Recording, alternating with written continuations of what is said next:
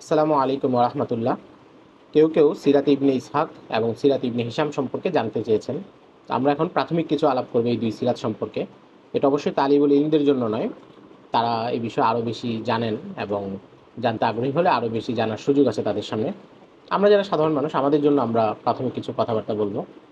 সিরাতে ইবনে ইসহাক যিনি সংকলন করেছেন, মোহাম্মদ ইবনে ইসহাক, 151 হিজরিতে তার ইন্তেকাল। তিনি সিরাত সংকলন করার আগে আরও অনেকে সিরাতকে সংকলন করেছেন এবং সিরাত সংকলনের অনেক বিস্তারিত একটা ইতিহাস আছে। আমি সম্প্রতি এক জায়গায় এটা সম্পর্কে আলোচনাও করেছি, হয়তো কিছুদিন পরেই এর ভিডিও প্রকাশিত হবে, কেউ আগ্রহী হলে সেটা দেখতে পারি। সংক্ষেপে যদি আমরা বলি তাহলে হিজরি প্রথম শতাব্দীর মাঝামাঝি কিংবা এর একটু পর থেকেই সিরাত সংকলনের ধারা শুরু হয়ে গিয়েছিল এবং এই বিষয়ে স্বতন্ত্র বইপত্রই রচনা করা হয়েছিল। প্রথম কে সিরাত সংক্রান্ত বই লেখেন সেটা নিশ্চিতভাবে বলা সম্ভব নয়। অনেকেই ছিলেন, উরওয়া ইবনে জুবাইর ছিলেন, আবান ইবনে ওসমান ছিলেন, ইবনে শিহাব জোহরি ছিলেন, তো আরও অনেকে ছিলেন। ডক্টর হামিদুল্লাহর তাহকিক অনুসারে সিরাত ইবনে ইসহাকের আগেই আরও 40 জন সিরাতকে সংকলন করেছেন এবং এর উপরে স্বতন্ত্র বই লিখেছেন। অর্থাৎ আমরা বলতে পারি যে 140 হিজড়ির আগে আরও 40 জনের কাজ পর্যন্ত আমাদের কাছে তথ্য আছে। হয়তো সব বই সংরক্ষিত নেই বা এক একটা বই হারিয়ে গিয়েছে, কিন্তু তার বর্ণনাগুলো অন্যান্য বইতে চলে এসেছে। কিন্তু আমরা যদি একটু সংক্ষেপে বলতে চাই যে ইবনে ইসহাক তাহলে মানে বৈশিষ্ট্যটা কোথায়। প্রথম বৈশিষ্ট্য হলো, এর আগে যারা সিরাতকে সংকলন করেছেন ক্ষুদ্র আকারে করেছেন, কেউ শুধু মাগাজির অংশটাকে করেছেন, কেউ অন্যান্য জায়গা নিয়ে যে সংকলনগুলো করেছেন এটা অনেক বেশি বিস্তৃত ছিল না। কিন্তু ইবনু ইসহাক এসে যেটাকে জামাউল রিওয়ায়া বলে সেটা করেছেন, সকল ধরনের বর্ণনাগুলোকে একত্র করেছেন এবং বড় আকারে সিরাত সংকলন করেছেন। ইবনে ইসহাকের কাছে সিরাতের ধারাটা কিভাবে এসেছে সেটা একটা সংক্ষিপ্ত চিত্র যদি আমরা চিন্তা করি তাহলে হচ্ছে, উরওয়া ইবনু জুবাইর ছিলেন এই ধারার একজন অগ্রগণ্য মানুষ।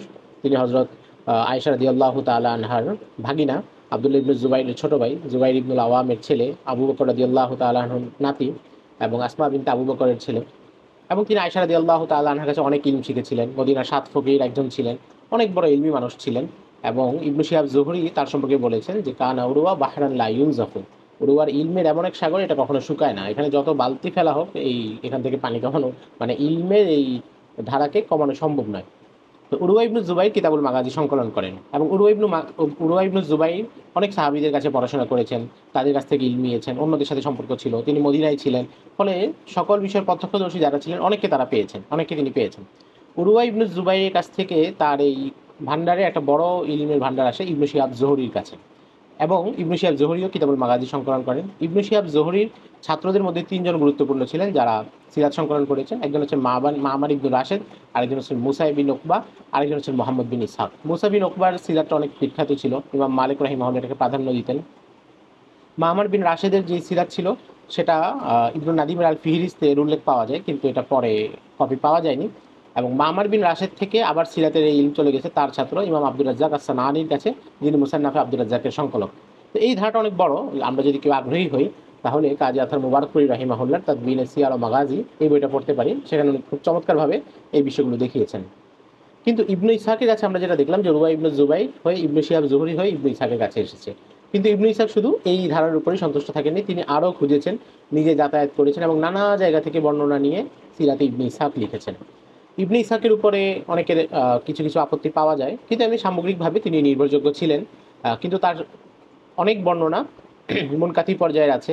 এবং আরেকটা সমস্যা যেটা হতো যে তিনি যখন সিরাতে কোনো ঘটনা বর্ণনা করেছেন, তো দেখা গিয়েছে একটা ঘটনা 10 জন রাবী বর্ণনা করেছেন এবং কেউ একটু কম বর্ণনা করেছেন, কেউ বেশি বর্ণনা করেছেন। ইবনু ইসহাক করেছেন কি, ওই 10 জনের নাম একসাথে উল্লেখ করে সনদ, এরপরে তিনি পুরো ঘটনাটাকে সবার বর্ণনা আলোকে সাজিয়েছেন। ফলে বোঝা কষ্ট হয় যে এখানে কোন বর্ণনাটা কার থেকে এসেছে, কারণ যেহেতু সবার নামগুলো একত্র করে ফেলেছেন, সনদগুলো একত্র করে ফেলেছেন, মতনগুলো একসাথে করে নিজের মতো করে তারিখি ঢঙে লিখেছেন।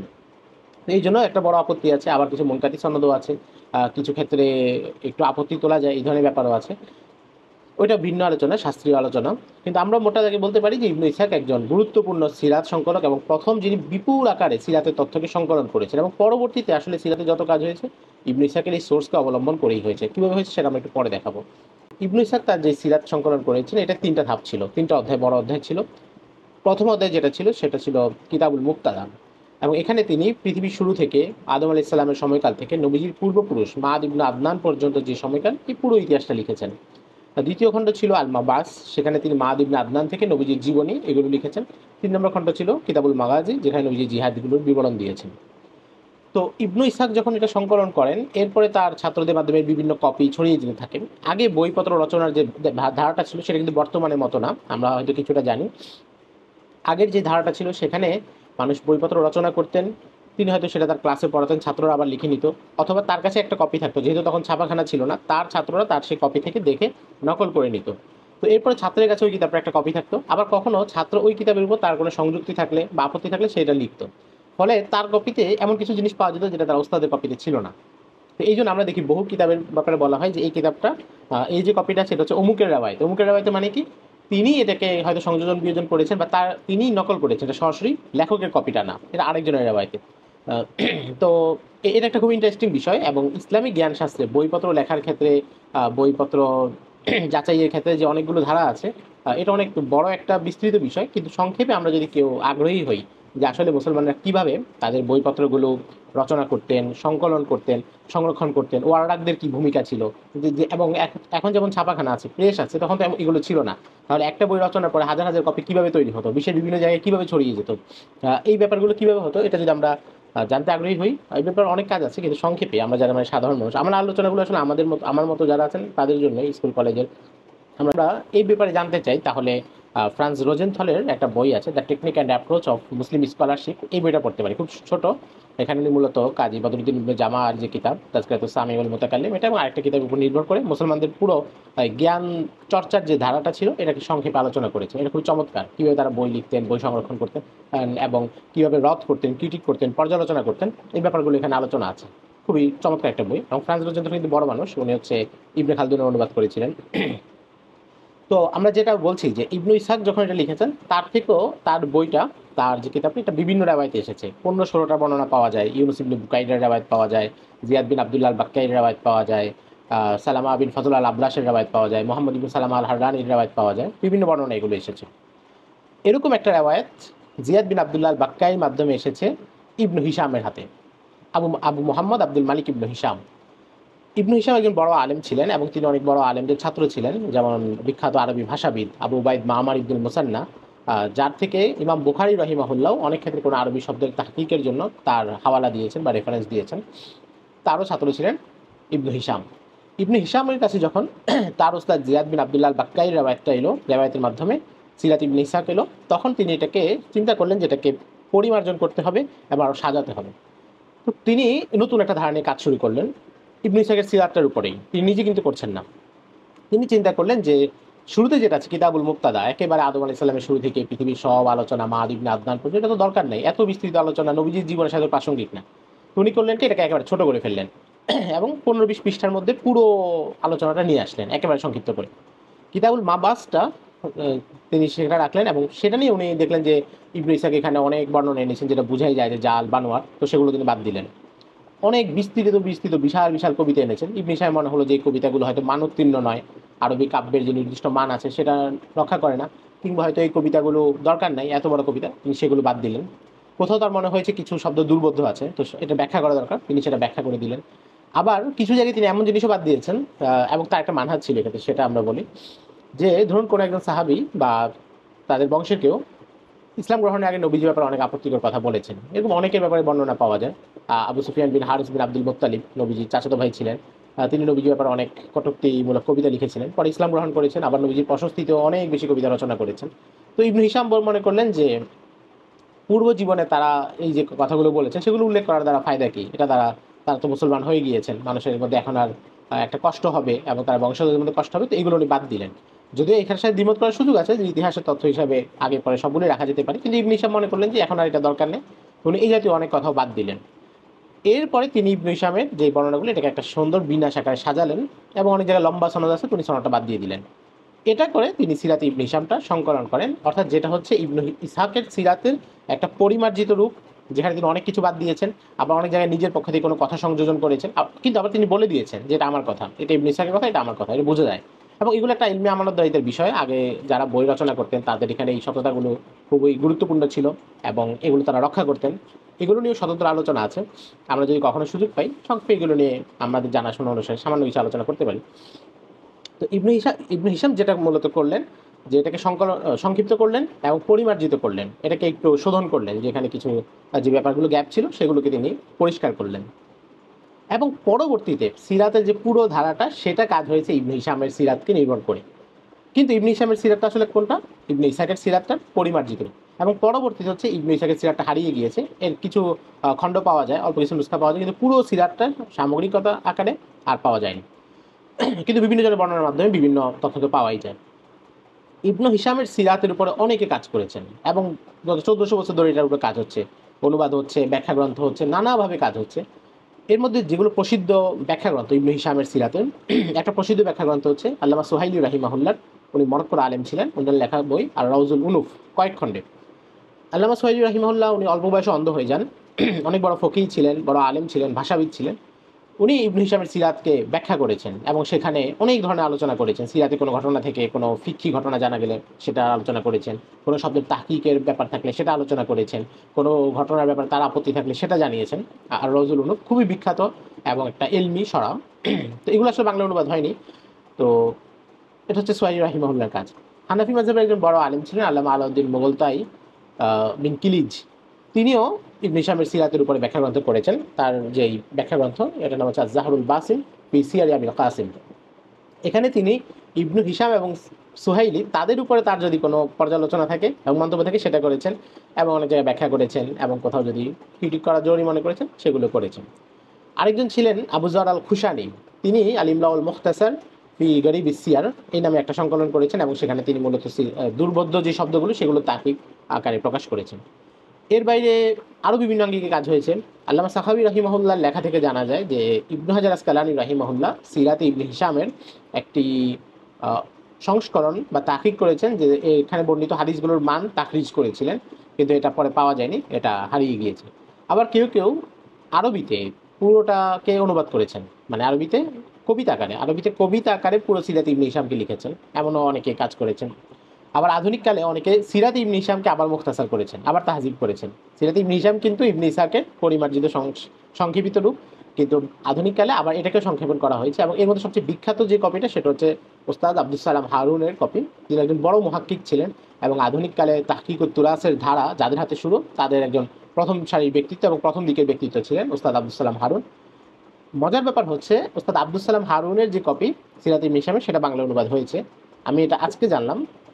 আমার কাছে এই কপিটা ছিল সিরাত ইবনে হিশামের, এটা হচ্ছে বাংলাদেশ ইসলামিক সেন্টারের, আমি এটা অনেক বছর আগে কিনেছিলাম। তো কিন্তু এটা আমার আসলে ওইভাবে কখনো পড়া হয়নি, কারণ আমি ওস্তাদ আব্দুল সালাম হারুনের যেই আরবি সংস্করণটা সেটা আমার এক ওস্তাদ আমাকে পড়তে বলেছিলেন, আমি সেটা পড়েছিলাম। কিন্তু এটাই যে অনুবাদ হচ্ছে এটা আজকে ভূমিকা থেকে জানলাম। কিন্তু এখানে একটা সমস্যা কি, সমস্যাটা হচ্ছে দেখেন এই এখানে নাম দেওয়া হচ্ছে সিরাতে ইবনে হিশাম। তো যখন সিরাতে ইবনে হিশাম বলা হচ্ছে তখন স্বাভাবিকভাবে প্রত্যেকে বুঝবে যে এটা হচ্ছে পূর্ণাঙ্গ সিরাতে ইবনে হিশাম, কিন্তু এটা কিন্তু পূর্ণাঙ্গ সিরাতে ইবনে হিশাম না, এটা সিরাতে ইবনে হিশামের একটা শর্ট ভার্সন এবং পরিমার্জিত রূপ, যেটা ওস্তাদ আব্দুল সালাম হারুন করেছে। তো এটা মনে হয় নামের মধ্যে ক্লিয়ার করা দরকার ছিল, যদিও ভূমিকা পড়লে বোঝা যায় যে এটা যে একটা সংক্ষেপিত রূপ, কিন্তু এটা মানে ভূমিকার নামের মধ্যে যদি ক্লিয়ার না হয় একটু মুশকিল। তো এটা হচ্ছে ইবনে হিশামের। এখন সিরাত ইবনে হিশামের অনেকগুলো বাংলা অনুবাদ আছে, কিন্তু আমি এগুলো আসলে কোনোটাই দেখিনি, তাই মন্তব্য করতে পারছি না কোনটা কেমন। আমি দেখলাম যে পরিপূর্ণ সিরাত ইবনে হিশামের অনুবাদ আছে অনেক জায়গা থেকে, আবার সমকালীন প্রকাশনী থেকে সংক্ষিপ্ত ভার্সনও আছে। এখন সেটা কি ওস্তাদ আব্দুল সালাম হারুনের না অন্য কার সেটা আমি জানি না। রকমারিতে যে কয়েকটা পেজ দেখা যায় সেখানে এই সংক্রান্ত কোনো আলোচনা নেই, ফলে বলতে পারছি না। তো আপনারা যদি সিরাত ইবনে হিশামের অনুবাদ পড়তে চান তাহলে কারোর সাথে মাশওয়ারা করে কোনো আলেমের সাথে পড়তে পারেন এবং অনুবাদগুলো যাচাই করে পড়তে পারেন যে কোনটা কি। এবার একটা অন্য প্রসঙ্গে আসি, সেটা হচ্ছে সিরাতে ইবনে ইসহাকের কথায় আসি। বাংলায় সিরাতে ইবনে ইসহাকের অনুবাদ আছে, যেটা এখন প্রথমা প্রকাশনী থেকে ছাপে, শহীদ আখন্দের অনুবাদ, কিন্তু এর মূল অনুবাদটা প্রকাশিত হয়েছিল আরও আগে, প্রথম অন্য প্রকাশনীতে ছিল, পরে শহীদ আখন্দ এটা প্রথমাকে দিয়েছেন।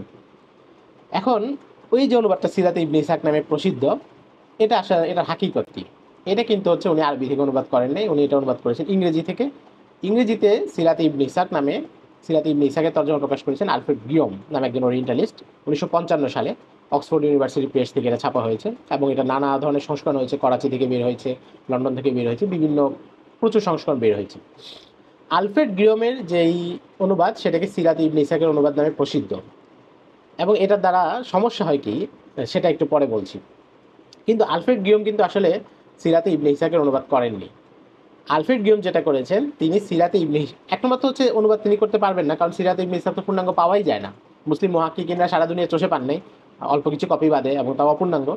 কিন্তু আলফ্রেড গিউম কীভাবে পাবেন? তো আলফ্রেড গিউম যেটা করেছেন, তিনি সিরাতে ইবনে হিশামকে সামনে রেখে সিরাতে ইবনে হিশামের যে অংশগুলো ইবনে ইসাক কর্তৃক উদ্ধৃত সেগুলোকে আলাদা করেছেন, ইবনে হিশামের কথাকে বাদ দিয়েছেন। আমরা বললাম যে এর মধ্যে ইবনে হিশাম নিজের অনেক কথা যোগ করেছেন, সেগুলো বাদ দিয়ে ইবনে ইসাক থেকে সরাসরি যা বর্ণিত সেগুলোকে তিনি আলাদা করেছেন।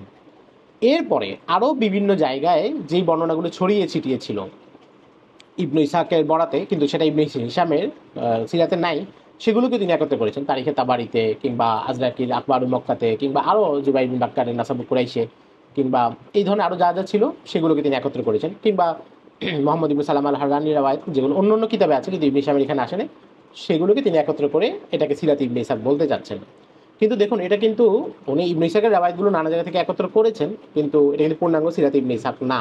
কারণ কি? কারণ হচ্ছে এর বড় অংশ তো নাই, এবং তিনি ইবনে হিশাম থেকে যা নিয়েছেন সেটা তো কিতাবুল মুক্তাদা বাদে, কারণ কিতাবুল মুক্তাদা তো ইবনে হিশাম নিজেই কমিয়ে দিয়েছেন। কিন্তু এটাকে মানুষ মনে করে যে এটা হচ্ছে পরিপূর্ণ সিরাত ইবনে ইসহাক। এবং ঝামেলা কোথায়? ঝামেলাটা হচ্ছে আলফ্রেড গিওম যখন বর্ণনাগুলো নিয়েছেন তখন এমন নানা জায়গায় ইবনে ইসহাকের অনেক বর্ণনা আছে যেটা হয়তো ইবনে ইসহাক থেকে প্রমাণিতই না। কোনো সনদে ইবনে ইসহাকের নাম আছে তো তিনি সেটাকে এখানে নিয়ে এসেছেন। ওনারা তো হচ্ছে এটাকে যাচাই করেন না যে সনদটা আসলে কোন পর্যায়ের বা কি মানের। ফলে তিনি এমন অনেক বর্ণনা নিয়েছেন যে একদম বানোয়াট, যেটা হয়তো ইবনে ইসহাক বলেনি, অথবা ইবনে ইসহাক বললেও কারো থেকে মুনকাতি সনদে বর্ণনা করেছেন, অথবা ইবনে ইসহাক সেখানে তাদলিস করেছেন। এমন নানা ইস্যু আছে, এবং এগুলো একটা ইলমি নৈরাজ্যের সৃষ্টি করে। সেটা কিভাবে করে? আলফ্রেড গিওমের ওখানে একটা বর্ণনা আছে যে নবীজি সাল্লাল্লাহু আলাইহি সাল্লাম মক্কার কাবাঘরের সকল মূর্তি যখন ভেঙেছেন তখন মেরি, খ্রিস্টানদের বিশ্বাসে যিনি মেরি, তার মূর্তিও ছিল, কিন্তু সেটাকে তিনি পরম মমতায় হাত বুলিয়ে দিয়েছেন। এবং পরম মমতায় শব্দটা আমাদের হুমায়ুন আহমেদ সাহেবের শব্দ। পরম মমতায় হাত বুলিয়ে দিয়েছেন এবং তিনি সেটাকে ভাঙেননি। এটা হচ্ছে আলফ্রেড গিওমের ওখানে আছে। এখন আমাদের হুমায়ুন আহমেদ সাহেব হচ্ছে আলফ্রেড গিওমের সিরাতটা পড়েছেন, এবং 2006 সালের যে সংস্করণ উনি সেটা পড়েছেন অক্সফোর্ড ইউনিভার্সিটি প্রেসের। পরে উনি দেখলেন যে নবীজি তো মূর্তি ভাঙেন নাই, কিছু মূর্তিকে পরম মমতায় হাত বুলিয়ে দিয়েছেন। তখন 2006 বা 7-8 সালে লালনের ভাস্কর্য নিয়ে একটা আন্দোলন হচ্ছিল, আপনাদের হয়তো মনে আছে, ইসলামপন্থী আন্দোলন করছিলেন। তখন হুমায়ুন আহমেদ পত্রিকায় কলাম লিখলেন কোথায় যাব, কার কাছে যাব, এবং সেখানে তিনি আলফ্রেড গিওমে এটা দিয়ে লিখলেন যে দেখেন নবীজি সাল্লাল্লাহু আলাইহি সাল্লাম, নবীজি প্রথম সিরাত, যদিও আসলে ইবনে ইসহাকের প্রথম সিরাত না, প্রথম সিরাতে দেখুন কত সুন্দর বিষয় আছে। নবীজি মেরির মূর্তি ভাঙেন নাই, সুন্দর যে কারণে কিছু মূর্তিকে ছেড়ে দিয়েছেন, কিন্তু আমরা এখন মূর্তির বিরুদ্ধে আন্দোলন করছি। কিন্তু উনি ঝামেলায় যেখানে পড়লেন যে এটা তো আসলে ইবনে ইসহাকের সিরাতে ইবনে ইসহাক নাম, এটা হচ্ছে নানা জায়গা থেকে সংকলন করা। আর 2 নম্বর যে বর্ণনাটা সিরাতে ইবনে ইসহাকের বর্ণনা না, কিংবা ইবনে হিশাম থেকেও নেন নাই। ওই যে বর্ণনাটা মূর্তির যে নির্দিষ্ট অংশ সেটা আলফ্রেড গিউম নিয়েছেন আজরাকির আখবারু মাক্কা থেকে। আজরাকি নিজেই একটু অপ্রসিদ্ধ মানুষ, তার ব্যাপারেই ভুল শুদ্ধ বলা মুশকিল। আবার ওখানে যেই সনদে এসেছে সেটাও একেবারে খুব ঝামেলাপূর্ণ সনদ। বাংলাদেশের প্রখ্যাত আলেম মাওলানা আব্দুল মালিক সাহেব হুজুর, উনি তখন হুমায়ুন আহমেদের এই লেখার প্রতিবাদ করেছিলেন, এবং আল কাউসারের পরের সংখ্যাতেই লেখা এসেছিল আমিও বলি কোথায় যাব, কার কাছে যাব, বিস্তারিত রদ করেছেন তিনি সেখানে। কিন্তু আমি বলতে চাচ্ছি কি, যে সিরাত ইবনে ইসহাক যারা অনুবাদ করেছেন, শহীদ আখন্দ বা যারা, তারা কিন্তু এই বর্ণনাগুলো রেখে দিয়েছেন। এখন একজন পাঠক সে মনে করতেছে যে সে সিরাত ইবনে ইসহাক পড়তেছে, কিন্তু আসলে এটা সে সিরাত ইবনে ইসহাকও পড়তেছে না, সিরাতে ইবনে হিশামের একটা অংশ পড়তেছে, পাশাপাশি আরও নানা জায়গায় নানা ধরনের বর্ণনা যেখানে শুধু ইবনে ইসহাকের নামটা পেলেই আলফ্রেড গিউম সাহেব এখানে ঢুকিয়ে দিয়েছে, সে সেগুলোও পড়তেছে। ফলে এই অনুবাদটা পড়া ক্ষেত্রে অনেক বেশি সতর্কতা দরকার। এটা আলেমরা ছাড়া অন্য কেউ, সাধারণ তালিবুল ইলমরা আমি মনে করি না পড়া উচিত, বা আমাদের পড়া উচিতই না। এটা আলেমরা পড়তে পারেন, তারা তাদের গবেষণার কাজে লাগাবেন বা তাহকিক করবেন তাদের জন্য। কিন্তু আমাদের মূল ব্যাপারটা ক্লিয়ার থাকতে হবে যে শহীদ আখন্দের যে অনুবাদ সেটা পূর্ণাঙ্গ সিরাতে ইবনে ইসহাকের অনুবাদ না, সিরাতে ইবনে হিশামের অনুবাদ না, নানা জায়গার বর্ণনাগুলো একত্র করে নিয়ে ওই সংকলনটা প্রস্তুত করেছেন। এখন কথা হচ্ছে যে আমরা যারা পড়তে চাই তারা আসলে কি পড়তে পারি। তো প্রথম কথা হচ্ছে সিরাতে ইবনে ইসহাকের বাংলায় কোনো অনুবাদ নাই, যতটুকু পাওয়া যায় সেগুলো কোনো বাংলা অনুবাদ হয়নি। সিরাতে ইবনে হিশামের অনেকগুলো অনুবাদ হয়েছে, কিন্তু এটা আমার বিস্তারিত জানা নাই। তবে আমি বলতে পারি যে শেখ আব্দুল সালাম হারুনের কপিটা যদি কেউ আমরা পড়তে চাই সেটা পড়তে পারি। সমকালীনের বইটার ব্যাপারে সংবাদ নেওয়া যেতে পারে যে তাদের এটা কোন সংস্করণ, এটা কি ওস্তাদ আব্দুল সালাম হারুনের কপি না অন্য কারো কপি, এবং এই ব্যাপারে আলেম যারা আছেন তাদের সাথে মাশওয়ারা করে আমরা পড়তে পারি। কিন্তু একটা বিষয় মনে রাখতে হবে যে এই সিরাতগুলো তারা যখন লিখেছেন আজ থেকে 1200 বছর আগে, তখন কিন্তু জ্ঞান চর্চার যে ধারা এবং বইপত্র লেখার যে বিন্যাস, বইপত্র লেখার যে প্যাটার্ন, এগুলো এমন ছিল না। ফলে তারা হচ্ছে ধারাবাহিকভাবে ঘটনা বলে গিয়েছেন। তো ওই হিসাবে আমরা একটা সিরাত হিসেবে এটা পড়তে পারি, কিন্তু এটাকে চূড়ান্ত মনে না করে আধুনিককালে যে এইগুলো লেখা হয়েছে যে বর্ণনার উপর নির্ভর করে ঘটনাকে বিশ্লেষণের ধারা এবং ঘটনা থেকে শিক্ষা অর্জনের ধারা, সেই ধরনের সিরাতগুলো একটু বেশি পড়লে সেটা আমাদের জন্য সাধারণ পাঠকের জন্য উপকারী হবে। সিরাত ইবনে হিশাম, সিরাত ইবনে ইসহাক এগুলো আসলে গবেষকদের জন্য উপযোগী। আমাদের মতো সাধারণ পাঠকের জন্য আধুনিককালে লেখা সিরাতগুলো, যেগুলো সহজবোধ্য করে লেখা, বিভিন্ন বর্ণনার তাহকিক করে দেওয়া, মান নির্ণয় করে দেওয়া এবং ঘটনার বিন্যাস সুন্দর করে সাজানো, আমাদের জন্য সেগুলো পড়া নিরাপদ। আসসালামু আলাইকুম ওয়া রাহমাতুল্লাহ।